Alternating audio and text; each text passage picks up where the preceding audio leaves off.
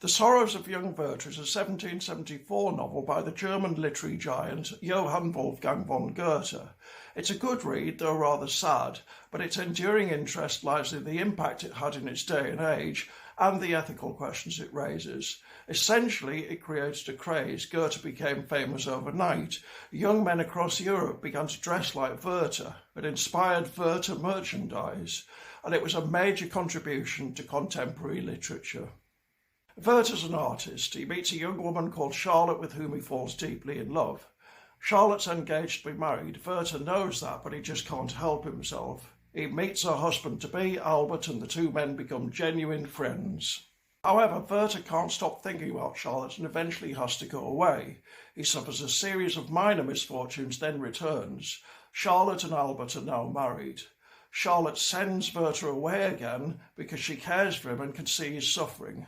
Werther leaves, then shoots himself. Unfortunately, the Werther fever, which followed the book's publication, also involved young men across Europe committing suicide. The victims were all dressed like Werther and carrying a copy of the novel. The sheer numbers persuaded Italy and Denmark to ban the book. Other countries probably considered it.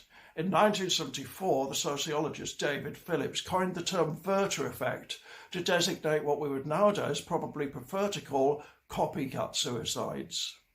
How responsible should the author have felt for all this? It's pretty fair to say he couldn't have foreseen it, but what about when he realised the effect it was having? In 1775, a writer called Christoph Friedrich Nicolai penned a satire called The Joys of Young Werther, in which Werther wins Charlotte's hand and goes on to live a long, happy life.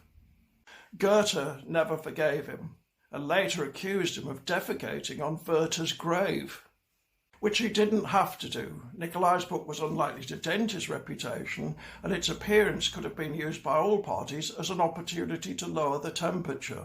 But maybe that's trying to put a 21st century head on 18th century shoulders.